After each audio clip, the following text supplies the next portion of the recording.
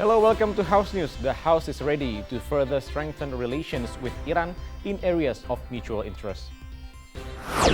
In the last 30 years, significant results have been achieved within the long-term oriented cooperation between Indonesia and Uzbekistan.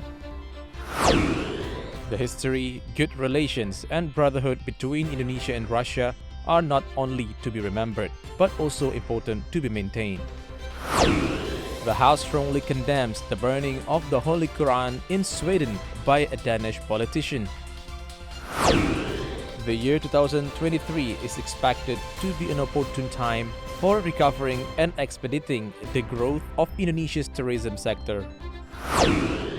Indonesia is currently developing a plan to relocate its capital from Jakarta to a new city in East Kalimantan.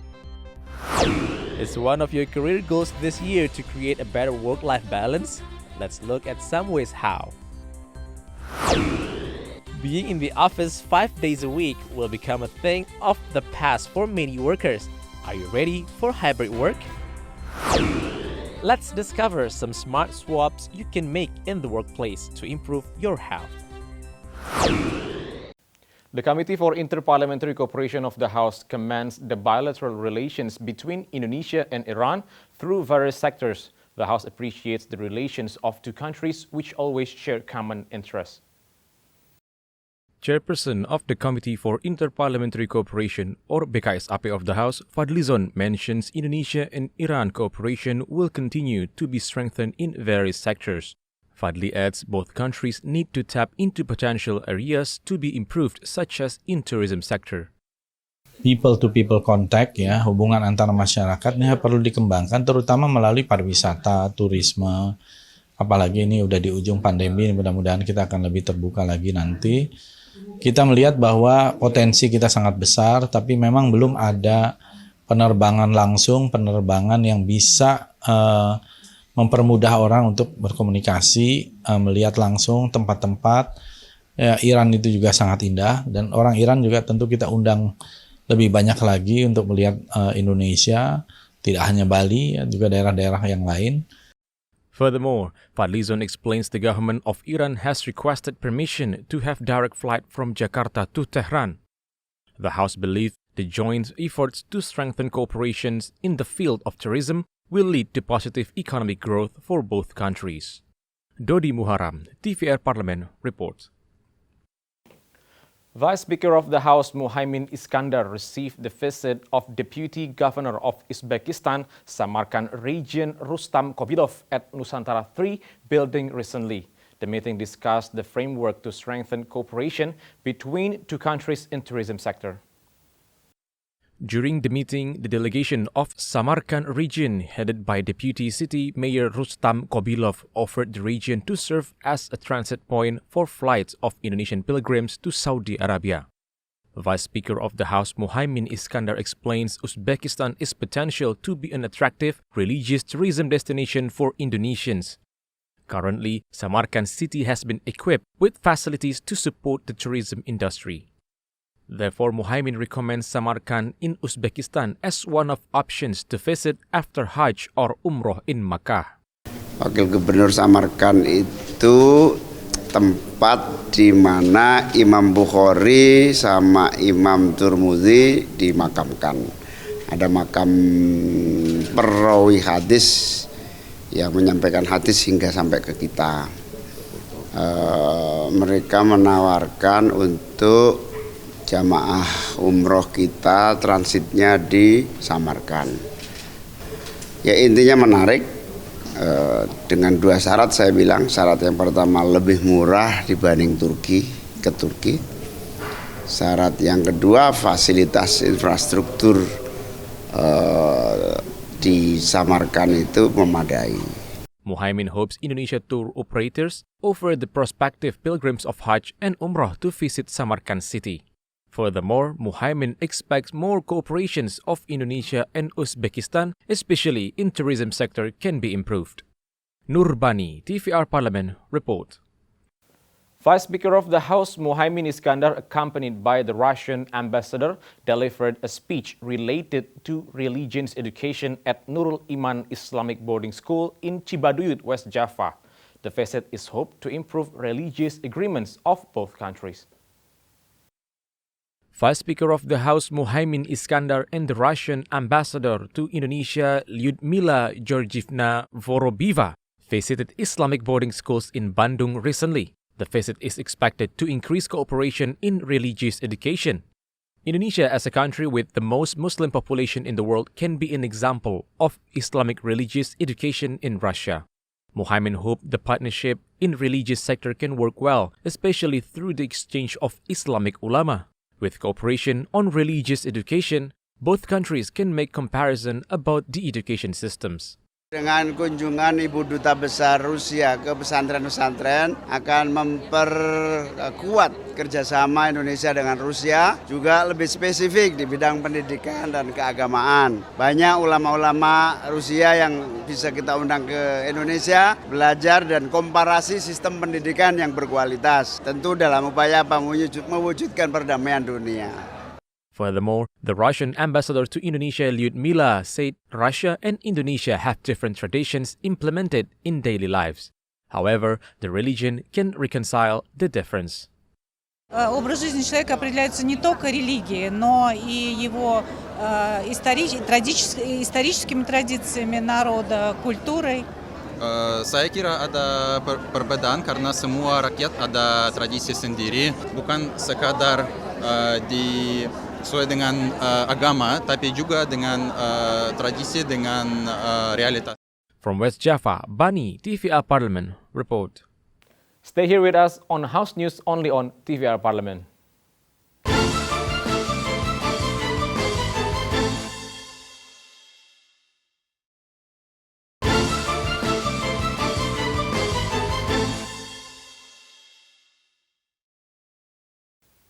Commission 1 of the House condemned the Quran burning which was committed by the extremists in Stockholm, Sweden. The House urged local authorities to immediately take firm action over the incident. In a work meeting with the Minister of Foreign Affairs, recently member of Commission 1 of the House, Bobby Adityo Rizaldi, regrets the Quran burning by politicians in Sweden. Bobby explained the action has hurt Muslims in Indonesia. Bobby requests the government to take firm action by issuing diplomatic notes to the government of Sweden, stating the condemnation and disappointment expression over the burning of the Quran. Bobby hopes the Swedish government can ensure similar provocative incidents do not happen again. Ya, itu sangat melukai hati kita sebagai negara yang mayoritas Muslim, apalagi itu di negara yang banyak mempromosikan mengenai mendorong hak asasi manusia. Tetapi kiranya memang tidak ada tindakan terhadap oknum tersebut, saya ingin menghimbau pemerintah untuk memberikan aksi diplomatik keras, dan itu kalau perlu sampai kita boikot semua kerjasamanya dan boikot terhadap pembelian produk-produk dari negara tersebut. Kita tetap menghormati hubungan bilateral kita dengan Swedia, tetapi kita juga ingin adanya ketegasan dari pemerintah. However, Bobby Adityo Rizaldi appeals public to not be provoked by the burning of Quran by Swedish Danish right-wing extremists. Helmi Darmawan, TVR Parlemen, report. Commission 10 of the House hopes the tourism bill could improve tourism industry and destinations management. The bill is expected to increase national income through local tourism destinations. After chairing a hearing meeting with scholars regarding the tourism bill, Vice Chairperson of Commission 10 of the House, Agustina Wilujeng Pramestuti, explained the tourism bill is the initiative of the House aiming at promoting equal tourism industry. Commission 10 of the House will continue improving the law by capturing the input from the stakeholders as a source of reference in tourism paradigm. Agustina Wilujeng added, in many countries, tourism can be the biggest source of foreign exchange. Therefore, improving the local tourism could increase state revenue. Sekarang kita mau masuk masab apa? Pariwisata sebagai support, pariwisata sebagai prioritas, atau pariwisata sebagai apa? Semuanya kita kumpulkan dulu. Nanti pada masa sidang berikutnya, baru kita akan melakukan proses penggodokan. Memang harus hati-hati sekali, karena di beberapa negara, pariwisata bisa menjadi sumber devisa terbesar. Bisa kemudian ekonomi yang lumpuh menjadi bangun karena pariwisata. Nah, apakah kita mau demikian? Semuanya dijawab dengan undang-undang kita nanti mau seperti apa? Furthermore, Commission 10 of the House will engage public to channel the aspirations on the tourism bill. The House hopes policies related to tourism could promote settled and integrated tourism ecosystem as well as empower local people contribution. Arif Naka, TVR Parlemen, report. Commission 5 of the House will continue to oversee the new capital city development. Moreover, the Commission hopes Indonesians give full support on the new capital project.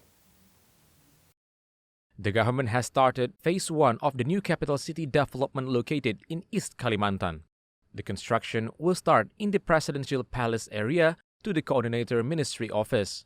Member of Commission 5 of the House, Muhammad Aras, will continue supervising the progress of new capital development as the project is using the state budget.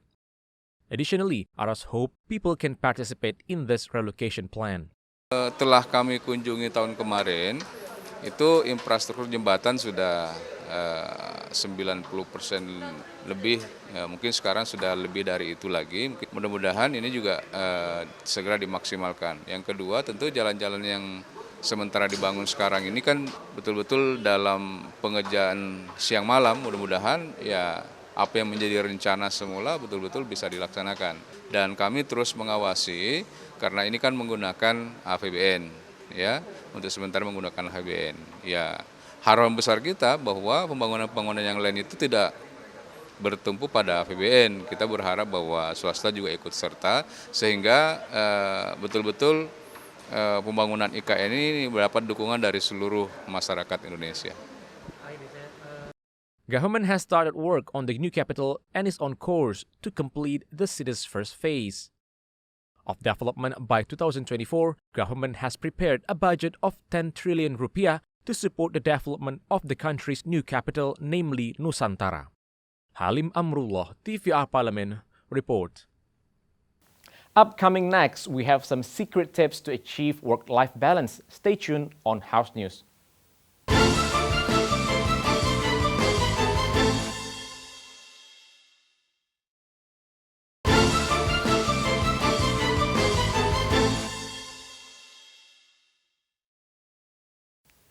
Even when work is a 9-to-5 commitment, trying to maintain work-life balance has always been a major stress. Here are some tips on how to balance your work and life so you can be a better person both in the office and at home. Taken from Warta Economy, work-life balance is an important aspect of a healthy work environment. Maintaining work-life balance helps reduce stress and help prevent burnout in the workplace. Chronic stress can lead to physical consequences such as hypertension, digestive troubles, chronic pains, and heart problems. Chronic stress can also negatively impact mental health because it's linked to a higher risk of depression, anxiety, and insomnia. Here are tips to help you find the balance that's right for you. When looking at the schedule for the upcoming holiday, plan ahead at work. Mark a date on your calendar to handle projects and assignments by prioritizing based on deadlines. It helps you focus on long-term goals so the holidays are enjoyable without interruptions. Trying to satisfy clients, co-workers, friends, and family can be draining. If you have hesitation for a new work project or social event, think twice before agreeing to add on to your workload. Delegation is the act of assigning tasks to other members of the team. It removes the burden from one person and increases efficiency, motivation, and job satisfaction. Work delegations can help you tackle stress at work efficiently. Make time for hobbies, passions, and relationships outside the work. Consider keeping a list of things you would like to do. Set aside a certain number of hours per day to commit to your passions. Part of maintaining a healthy work-life balance is having priorities both at home and at the office. The first thing people need to do is identify what truly matters to them. Work will suffer if you don't have time for yourself outside of it. Apply these tips to your own life and see what positive change comes from it. A number of major employers around the world have announced plans to have a hybrid model, giving workers the options to decide where they work at home, in the office, or a combination of both.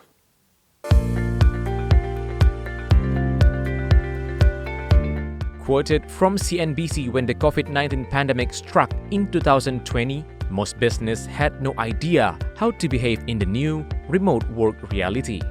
For some, remote working has been a blessing in disguise. For others, it has been a nightmare. Whether you like it or not, the pandemic has reshaped the whole concept of a workplace. Hybrid working is a flexible working model similar to remote working and teleworking. It combines working from home with an office presence to create a fluid in-between, allowing workers to control where and how they work. Both employers and employees can benefit from hybrid work, as it can bring the best of office and remote work together. Employers can reduce office size while growing staff numbers. Employees can enjoy more control of their life, increasing well-being through a more personal work-life balance. Both can enjoy productivity benefits and a more diverse place to work. A hybrid work model offers employees more flexibility, but having some workers at home while others are in the office can also lead to issues with communication and collaborations, and can cause some employees to feel isolated or have less access to career opportunities. The government of Indonesia plans to implement a more flexible working system for civil servants by allowing them to work anywhere in the future. The new framework is being worked across ministries and government agencies to adopt this policy. Unlike other working arrangements, work from anywhere doesn't require working from a specific place. However, it is not available for government workers with direct contact with the public. Moreover, medical staff or firefighters, for example, would not be able to work anywhere. The plan to work from anywhere comes after Indonesia announced the creation of new capital city. Government office buildings are expected to be built from scratch over the next 10 years in the jungle of Borneo. The policy will impact the new buildings as it takes less space for employees coming to the office and lead to financial savings. Whether you work from an office, home, or some other location, staying healthy at work can be a real challenge. Try incorporating these ideas on a daily basis to stay healthy at work for the long term.